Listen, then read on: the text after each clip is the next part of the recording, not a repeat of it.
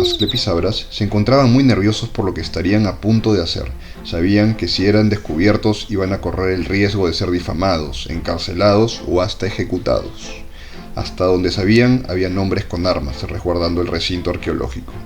Asclepio pensaba melancólicamente en Luna, en las posibles y terribles consecuencias de sus actos, y un profundo temor lo invadió, un miedo a perderlo todo, a decepcionarla y a lastimarla de la peor manera. Un sentimiento de fracaso inevitable lo inundó, pero sabía que no podía echarse atrás, ya estaba ahí, y debía cumplir su voluntad. Así que dio un respiro hondo y calmado, despejando todo malestar, y emocionándose porque estaba en una aventura que valía la pena. Él tenía fe que iba a haber luz al final de su camino. Las ruinas que se habían descubierto estaban ubicadas en una pequeña isleta rocosa, en medio de un inmenso lago, por lo que sí o sí debían llegar por agua. Era ya de noche, se podía escuchar los grillos y todos los sonidos nocturnos. Había una inmensa luna llena, muy nítida en el cielo. Las estrellas, nebulosas, constelaciones y demás maravillas del cosmos se veían muy claramente en el cielo despejado de Susco. Se revelaba una cara seductora del paisaje, perfecta para iniciar su riesgosa aventura. Fue así que bajo el manto nocturno, y para pasar lo más desapercibidos posible, Viñi se encuentra con los dos aventureros en una zona rocosa y de vegetación alta, a varios metros de distancia del complejo. Viñi era un sujeto avispado y carismático, se le notaba alguien muy palabrero, pero fue conciso con las indicaciones que le dio Asclepio y Sabras, por lo que estaba en juego. Debían ser lo más discretos y sigilosos posible. Viñi los guía hasta una embarcación pequeña, la cual estaba oculta entre las hierbas altas, y no tenía motor para no hacer bulla que pudiese alertar a los guardias. Esta embarcación estaba tejida de unas fibras de un tipo de paja que crecía en la zona. El recorrido hasta la isleta era de unos 20 minutos por la distancia en que se encontraba. Durante el viaje, Viñi les explicó detalladamente todo lo que pudo observar dentro y algunas reliquias que logró sustraer. Le comentó sobre los grandes muros con grabados, las reliquias en buen estado, la cantidad de oro trabajado y joyas que había dentro, las momias y cuerpos que estaban encerrados, los textiles, las estatuas antropomórficas de tamaño considerable, las formas y estructuras de roca inexplicables y todo lo que pudo observar. Sabras y Asclepio escuchaban sorprendidos con todo lo que les iba contando, imaginando cada una de sus palabras. Pero lo que más les llamó la atención fueron tres cosas. La primera fue la gran ciudad oculta con una pirámide central. No cualquiera hace una ciudad con estructuras megalíticas bajo tierra en esa época. A su vez, Viñi les comentaba que cuando descendieron esta galería, llegaron a una plataforma en un puente, y que cuando pusieron sus pies en este, se escuchó un sonido que envolvió toda la recámara, dejándoles una sensación de extrañeza y alivio a los saqueadores en ese momento. Solo para luego, al introducirse más en esta ciudad y acercarse a la pirámide, aseguran que por un breve periodo pudieron comunicarse sin dirigirse una sola palabra, solo haciendo uso de la mente, sintiéndose algo tan natural que no se percataron de eso hasta que finalizó. Definitivamente, las experiencias que relataba Viñi escapaban de un suceso normal, pero no era la primera vez que escuchaban historias con elementos fantásticos, siempre que personas entraban en contacto con estas estructuras u objetos del pasado lejano.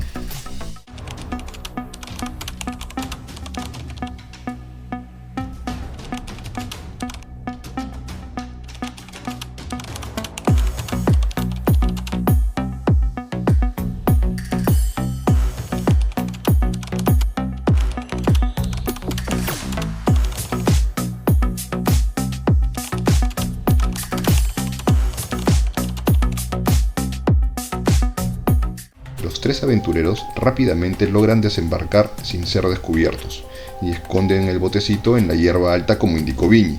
Se escuchaban conversaciones, risas de los guardias y del personal oficial a la distancia.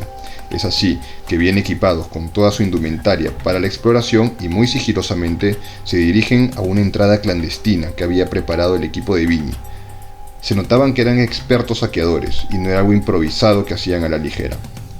El conducto que habían preparado Viñi y su equipo era una perforación lateral al complejo, un túnel muy angosto y precario, la cual igualmente se encontraba oculta por la naturaleza. Después de arrastrarse por ese estrecho conducto, salen los tres tosiendo y bien empolvados, y llegan a lo que Viñi denomina como el Salón de los Símbolos. Asclepio y Sabras quedaron maravillados. Se veían grandes muros de roca tallados con mucha precisión y una inmensa cantidad de símbolos, divididos por columnas laterales y otros dibujos que parecían mapas abstractos.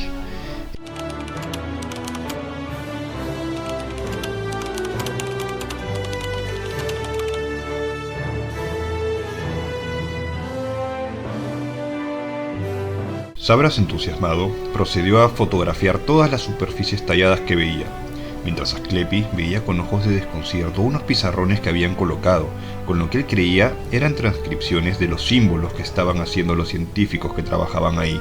Sin embargo, le parecía muy extraño porque veía elementos esotéricos en esos diagramas. Pero Viñi interrumpió.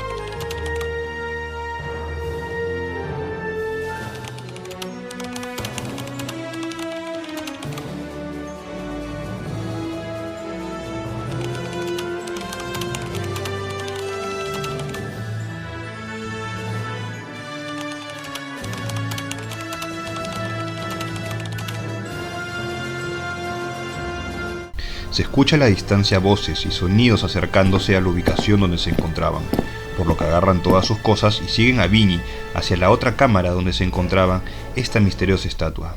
Al llegar a esta recámara, ven 7 estatuas alineadas en la parte central. Cada una de las estatuas antropomórficas tenía rasgos de un animal. El primero era una serpiente, el segundo era un mono, el tercero un pez, el cuarto un perro, el quinto un caballo, el sexto un león y la última y séptima era la del águila. Las estatuas eran de tamaño considerable, aproximadamente tenían una altura de 3 metros cada una y estaban talladas en lo que parecía un solo bloque de roca, sin ningún tipo de unión o junta visible. Pero lo realmente extraño era que algunos de estos animales no existen o habitan en estas regiones del planeta y no se tenían registros de que los Iti hayan viajado y encontrado a otras culturas más allá de los océanos. Los 3 aventureros preparan todo para el descenso, amarrando bien las sogas y camuflando todas sus cosas para ocultar su rastro. Viñi, al tener experiencia en este tipo de actividades, ayuda en la bajada a Asclepio y Sabras, sobre todo este último, que al ser muy mayor se le dificultaba un poco más. Asclepio tenía una sensación extraña y mientras descendía con el resto del equipo, sintió el cuerpo más pesado, el oxígeno más denso y difícil de pasar. Mientras bajaba, podía ver la perfección con la que estaba hecho el angosto ducto en el que se encontraban. Las paredes eran lisas, pulidas, casi vitrificadas, y por tramos igualmente separados, habían grabados extraños. Al salir del ducto se revela una inmensa galería subterránea, un gigantesco espacio que efectivamente albergaba toda una ciudad de piedra en su interior, y en el centro, una inmensa pirámide color negro. Asclepio y Sabras quedaron atónitos por lo que presenciaban sus ojos. Las paredes eran gigantescas placas verticales de roca lisa pulida. La intimidante e inmensa oscuridad absorbente dejó pasmados a los aventureros. La sensación de pequeñez que dejaba era tanta que los llenó de un vacío profundo. Al llegar al fondo, todo el equipo siente una vibración en sus cuerpos, acompañado de un ligero mareo, pero sin las náuseas.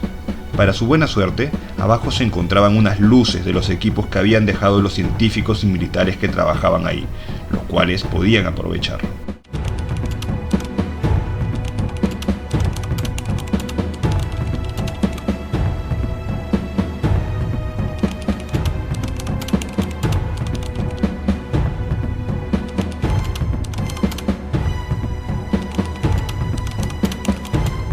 Sabras y Asclepio siguieron a Viñi al interior de la ciudad. Para ingresar, debían pasar por un puente colgante, el cual estaba suspendido en un amplio y profundo hoyo circular, tan profundo que no se podía ver el fondo.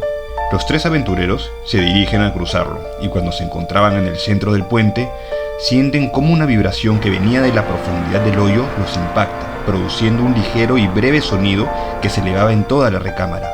Al terminar ese sonido, los temores y esa sensación de pequeñez que tenían al inicio se desvaneció. Al cruzar el puente, se llegaba a una terraza de piedra amplia, la cual tenía unos tótems verticales con inscripciones, algunos con cabezas de animales, otros con cabezas de hombres, y habían otras cabezas de criaturas que no distinguían o conocían. Como tenían un tiempo limitado, antes que pase la patrulla, Vinny guía a Sabras y Asclepi a la pirámide, la cual era la estructura más llamativa y predominante del complejo. Al acercarse a la pirámide, iban viendo todas las construcciones y el contenido que tenían en su interior. Sabras iba agarrando cada objeto que le llamara la atención para estudiarlos posteriormente. Durante el recorrido, Asclepi empezó a visualizar varios símbolos en su cabeza, lo que lo aturdió por un momento y casi lo tumba al suelo.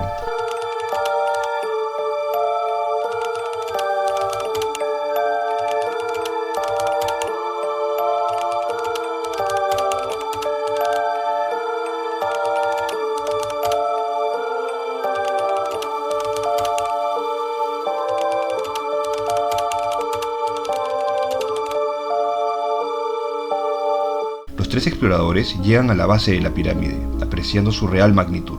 Estaba construida por grandes monolitos de roca negra, perfectamente colocados y emplazada en medio de una gran losa de roca sólida. La punta estaba hecha en lo que parecía cuarzo blanco, y ésta tenía símbolos tallados en sus 4 caras. Asclepi clava la mirada en la punta de la pirámide, y logra reconocer uno de esos símbolos. Era igual al que estaba en el retazo de tela que le dio la mujer misteriosa del tren.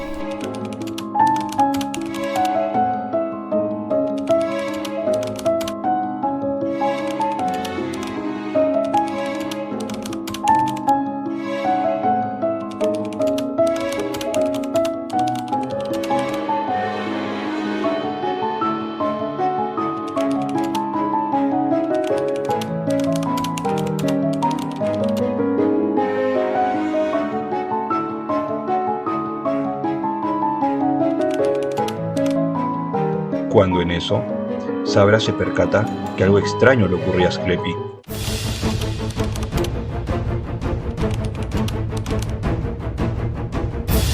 Asclepi había entrado en una especie de trance. No hacía ningún movimiento, estaba tieso. Lo único que movía de manera muy rápida y errática eran sus pupilas. Parecía como si estuviese leyendo algo. Empezó a murmurar unas palabras en otra lengua. Sabras y Vinny lo sujetaron para ver si reaccionaba, pero no había respuesta. Parecía hipnotizado. Cuando en eso suena una alarma en todo el lugar. Habían sido descubiertos. Era cuestión de tiempo para que un equipo armado estuviese abajo. Debían salir ahí de inmediato.